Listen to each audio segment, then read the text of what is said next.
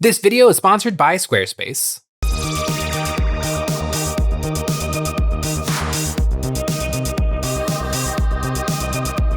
Hey guys, Jay here. Welcome to Models Memories Weekly, episode 207. Models Memories is a show about nothing and is filmed in front of a live studio audience. This is a show where we're talking about painting, modeling, and wargaming experiences from the week.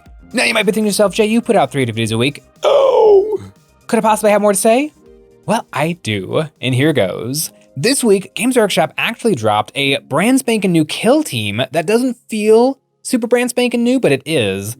And there is a new inquisitory kind of guy in the works. But first, have you ever noticed how square most websites are? Well, today's sponsor, Squarespace, is here to help with that. Squarespace allows anyone to design the website of their dreams with the most powerful and easiest design tools in the industry, like Design Intelligence. Using AI technology empowers anyone to build a more personalized website tailored to their needs, crafting a bespoke digital identity. Choose from a professionally curated selection of styling options to build a unique online presence from the ground up. Squarespace makes sure it's easy to launch your website and get discovered fast with integrated optimized SEO tools, so you show up more often to more people and grow the way you want. With Squarespace, it's never been easier to set up a unique online storefront. Whether your services are physical, digital, or service-based, selling your wares has never been easier. Squarespace offers unmatched ability to showcase your unique wares with images, videos, reviews, and add-ons, all capped off with their seamless checkout tools, letting your customers use whatever system they prefer, whether Klarna, ACH Direct Deposit, Apple Pay, Afterpay, or ClearPay. Squarespace offers a free trial for you to dip your feet into and test the waters, and ready to dive in headfirst, go to squarespace.com/EonsOfBattle to get 10% off your first purchase of a website or domain. Brand spanking new kill teams. This is not a drill. Man, it feels like it's been a hot minute since Games Workshop has made any kill teams. The last one they made was kind of a banger with the Aquilon Scions and the Vespid Stingwing, but I've been a little bit out of the kill team loop. I haven't been playing a lot of kill team now that there is a new edition, and I went pretty darn hard into Warhammer 40,000, but this set might bring me back into kill team because I really, really like these miniatures. Blood and Zeal. And not only are the miniatures really exciting, but the terrain. It's a really, really bizarre pick for kill team, but as a model, I really, really want it. The first team are the Sanctifiers, a band of 11 fervent ecclesiastical militiamen dedicated to the protection of the Imperium at all costs and inspired by a stirring oratory of a confessor. These guys are really, really fun. They remind me a lot of the previous Agents of the Inquisitor or Inquisitorial Agents kill team, which was 7-ish guys. It was 6 guys and 1 servo skull, but you couldn't get all of the operatives you wanted out of one box. You would have had to buy 2 operatives because a lot of them shared one body, but you couldn't get all the decorations you wanted on every single guy. So it was a little bit awkward, and they were nice figures, especially the guy who was like, he would write down everything and he was like a weird hunched tech priesty kind of character. That model was really, really cool. I feel like everyone else was pretty whatever. These guys are very, very similar, but I think they're a little bit better. The Confessor, the priest, is so wickedly good. I love his big hat and his little book and his big ol' mace. Oh, it's really, really, really good. He's really fun. If I was gonna do a Sisters of Battle army, which I'm not, but if I was going to, and I'm definitely planning to, I would definitely want to get this guy for a Ministorum Priest. I would just have to figure out some way to give him a giant shotgun, and I feel like that would be a pretty easy conversion. But this guy is such a good Imperium mini. And then after that, we got Cherub and Conflagrator. And the Cherub, number 1, he seems to have the Guy Fieri haircut and soul patch, which is kind of hilarious on a baby. He's also got a cattle prod. Everyone loves the Cherubs from 40K. They're so weird, and it's so evil to like clone babies just to use them as like cameras. It's really, really bizarre. It's one of the weirdest things that 40K does, but the Conflagrator, aka Akimbo flamethrower pistol guy. That's just a match made in heaven. I love hand flamers, and I never get to put them on my minis because hand flamers generally are not great. And if something can take a hand flamer, it can generally take a plasma pistol, and plasma pistols are excellent. So I very rarely get to take hand flamers, but if my guys have to take hand flamers, like if that's the best possible option, especially 2 hand flamers, now does that mean it's going to be 2d6 shots? Or does that mean that it's going to be twin linked, so I'm re-rolling the wound roll? Only time will tell once I get to see these rules. But then there's missionaries. The missionaries look really, really good. I love the one guy's torch with just a gigantic reservoir for the fire juices. And then he's got a plasma gun. I'm actually a little bit disappointed to see the plasma gun because in Kill Team, at least in the older version of Kill Team, the plasma gun operative was your automatic best operative because you could shoot across the entire board and have a really, really good chance of one-shotting any enemy operative immediately. It's a little bit OP, where with a flamethrower, I feel like a flamethrower is a perfect weapon for Kill Team because it's a little bit random with the number of shots, and you have to get really, really close to use it, and the Kill Team board is pretty small. So I feel like a flamethrower makes for a really, really fun play experience, where the plasma gun is just objectively great. And so hopefully, man, if he can take a flamer, but he could also take a plasma gun, you have to take the plasma gun. But I really wish that he had a flamethrower. And his buddy, the other missionary, does have a flamethrower, and it looks really, really good. It's got the chainsaw style grip on there. These guys are really, really cool. Next up, we got something kind of interesting from Games Workshop. I don't think it's ever been depicted in artwork or ever mentioned in lore. Death Cult assassins who aren't women. This is a Death Cult assassin dude who's got just rockin' pecs and a gentlemanly bulge. And he's cool, like he's a cool looking guy, but he doesn't feel like a Death Cult assassin. Usually, Death Cult assassins are women wearing cat suits, absolutely covered in weapons, and they are cannibals. They eat the flesh of their enemies and they drink the blood of their enemies. That's a really important part of the Death Cult assassin lore, and it doesn't really read with this guy. He's okay, he's pretty cool, but he just seems like an interesting assassin miniature and not necessarily a Death Cult assassin miniature. The Drill Abbot is an old man with a skull in a box and a hammer. And that's kind of the long and the short of it, but it's kind of fun that exists. It's a funky little miniature, and I think it would be really, really fun to play with. Similarly, the Persecutor is essentially just like a monk in a robe, but he has a chainsaw flamethrower.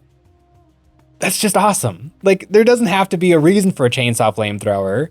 It's just exceptional that such a thing exists. I like that the flamethrower is in the handle, so that essentially the chainsaw is guaranteed to catch on fire. It's just great. There's no notes. It's wonderful. The Salvationist is very, very spooky looking with a creepy, scary mask, a bunch of little purity seals hanging off of the waist, and then a little box. I wonder what's in the little box. Who's to say what's in the little box? And some sort of a power weapon, presumably a maul, but it's also clearly just a stick. Like it's the Imperial symbol. Actually, it's the Inquisitorial symbol, kind of, on a stick. Then rounding out the force, there is the Reliquant and the Miraculist. The Reliquant is fantastic. He's got a really dopey face, but that's part of it. And he's got a really, really cool banner and a flamer pistol. Another flamethrower in this squad. The Miraculist is a weird thing. I don't know necessarily what this is referring to in the lore. I guess just a pilgrim who is being like taken over by the Emperor's Holy Spirit. It's interesting.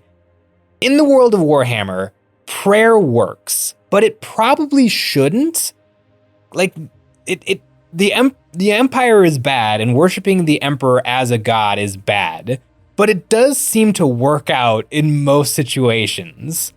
This gaggle of characters are a bunch of really, really fun, interesting models that I want to have. As far as a kill team, though, it does feel like a bunch of dudes, and you make them fight the Chaos Guys, the ferocious Goremongers. It looks like the Goremongers would absolutely mop the floor with these Imperial losers. I mean, I really, really like the idea of Khorne, essentially jackals, who really, really like bloodletters. Like, they're inspired to become bloodletter demons, and so they cut off their legs so that they can have the weird goat legs that bloodletters have so that they can move faster. They all have a giant chainsword and just all sorts of different nasty weapons. Even though there's fewer of them than there are the Inquisitorial guys, like, what hope do they possibly have? Flamethrowers are effective, but I feel like the Chaos Guys are just gonna rip and tear straight through them. These guys are really, really fun. And I love the idea of humans who have been inspired by the demons to make themselves like the demons. I think that's a really, really cool thing. And it helps to kind of make 40K a little bit smaller. A lot of the stories of things that happen in 40K are so incredibly grand. We literally have demigods in like Mortarion or Magnus the Red. But I like the idea of 8 dudes who pray to a bloodletter. Just like one random demon whose name is Larry has 8 devoted disciples. That's a really, really fun little story as opposed to the planet destroying typical nature of Warhammer 40,000. And then the terrain that comes in this box. Kill Team needs a lot of terrain to play very, very well, and this box doesn't really come with any. It comes with the Sister of Battle statue. This is a really, really gorgeous piece. Kind of worthless for Kill Team. It wouldn't really help you. I mean, you plop it down in the center of the table and it provides a little tiny bit of obscuring cover, but really, it's not a very good piece of terrain. I almost feel like this is a weird, like, made to order from Games Workshop. Like, if you want this piece of terrain, you can't buy it. It's been discontinued for quite a while now. But if you want to get your hands on it, you kind of need to get this Kill Team box. And I am the perfect customer in that I really like both teams, and I have more than enough terrain, but I don't have this really cool statue. And so this box is perfect for only me. But for everybody else, unless you're exactly like me, it's not a great addition to the box, and hopefully this box won't be incredibly expensive, because if it came with the Kill Team starter set terrain, which is really, really good, that would be an excellent include. But just one statue of a Sister of Battle is not that usable. I was able to hold off on the Tempestus Scion versus Vespid box. I was able to not buy that. Even though I kind of wanted to, but I was going to split it with Sean, but I also kind of wanted everything that came in the box, but I also kind of didn't need anything that came in the box. And so I was able to hold off. This box has got me really, really tempted. And then, like, as if they planned it, Games Workshop hit us with another really, really interesting Inquisitor model. Or Inquisitorial model. This is a Necromunda mini, the Prophet of the Redemption, a mysterious preacher immortalized with a brand new miniature. This is a madman. It is a madman prophet of Necromunda, and it's such a ridiculously fun mini. Obviously, there is a Ministorum priest who is dead at the end of his stick. He has got a helmet that looks almost exactly like a boot. He is wearing a skirt, and luckily you can see underneath the skirt just a little bit of his shorts, so he is wearing something under there, but I'm almost still unconvinced. And then he's got these like wiry little misshapen legs that have like mechanical harness that presumably helps him walk. He has got the longest beard of any non-dwarf miniature Games Workshop has ever made. It's a really, really fun miniature. Is it too weird to include in Warhammer 40,000? Like, if you wanted to do a Ministorum priest, no, it's not too weird. It might give you some line of sight problems because it'll be really easy to draw line of sight to this guy's gigantic stick, but I think I think it would look really, really nice attached to Inquisitorial agents or whatever this new kill team is when it comes over to Warhammer 40,000. What is it going to be when it comes to 40k? It maybe shouldn't, but I think like most kill teams do end up with some version of Warhammer 40,000 rules. So it'll be interesting to see. And Agents of the Imperium could use some more weird and wacky stuff. I think in general, though, this guy's just going to be like a Ministorum Priest, but it's a really, really nice miniature. I've been toying. I like weird armies, and you can't make an army much more weird than making an Agents of the Imperium force. And so I kind of want to do it. I don't know exactly what that army would look like. It would definitely have an Inquisitor, an Inquisitorial henchman, probably in a Chimera. And then I don't think you can do this, but it'd be really cool if you could attach a Navigator, because Navigators are ridiculously good. They can draw a line of sight to something within 12 inches of themselves, and then force them to take a Battle Shock check at -2. Battle Shock check at -2 actually means your opponent is somewhat likely to fail it. Although I've played Tyranids, and Tyranids try to force a lot of Battle Shock checks, and it never, ever happens. And the one time that your opponent does fail the Battle Shock check, they spend 1 CP, or is it a 2 CP strat to once per game automatically pass a Battle Shock check.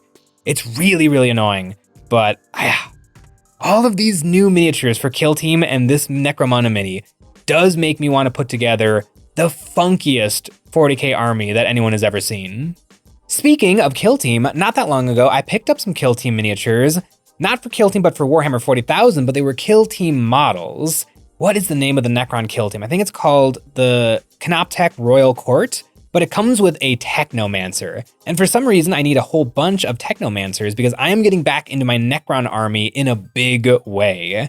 And at EonsOfBattle.com, there are some Necron-themed dice. My orange J dice, which roll a little bit better than the Nick Blue Orc dice. Over there is the very best way to support us doing what we do with a membership. Each month, members get 1 credit they can use on our new monthly train packs or any previous pack we have ever made. For the month of March, we are completing our The Fall Battlefield series with Battlefield Support, a set of terrain focused around filling in a war zone with all the infrastructure necessary for a proper battlefield. This set includes gothically bedazzled tank traps for protection, modular bridges for creating hills and ramps, blown out shell craters for infantry to take cover in, armored carrier bus for transporting weapons and ammunition to and from the front lines, and pallets for all the supplies a growing campaign needs. This pack of terrain perfectly complements the fall buildings, the fall guns, and is the perfect way to add those finishing touches to make a battlefield look real. I don't know if I'm gonna get the new Kill Team box. I definitely shouldn't get the new Kill Team box, but I haven't tried new Kill Team yet, and please let me know in the comments below if you have tried new Kill Team. How similar is it to the old Kill Team? Because I really, really liked the old Kill Team. I ended up, over the course of 3 or 4 years, getting almost all of the Kill Teams built and painted and played in the collection. And it was really, really good. And I've heard that new Kill Team is a little bit like a Kill Team 1.5 than a Kill Team 2. And so I'm excited to give it a try. And maybe the new box is the perfect excuse to give new Kill Team a try. I was recently playing with my Felgor Ravagers team, not as Kill Team, as proxies for another game. I was playing a little bit of Trench Crusade, which has got a lot of really interesting mechanics, and the Felgor Ravagers were perfect proxy miniatures for the things that I was taking in that game. But I would like to get back into Kill Team because it has been far too long. In fact, maybe I'll play a little Kill Team today. Thanks for watching.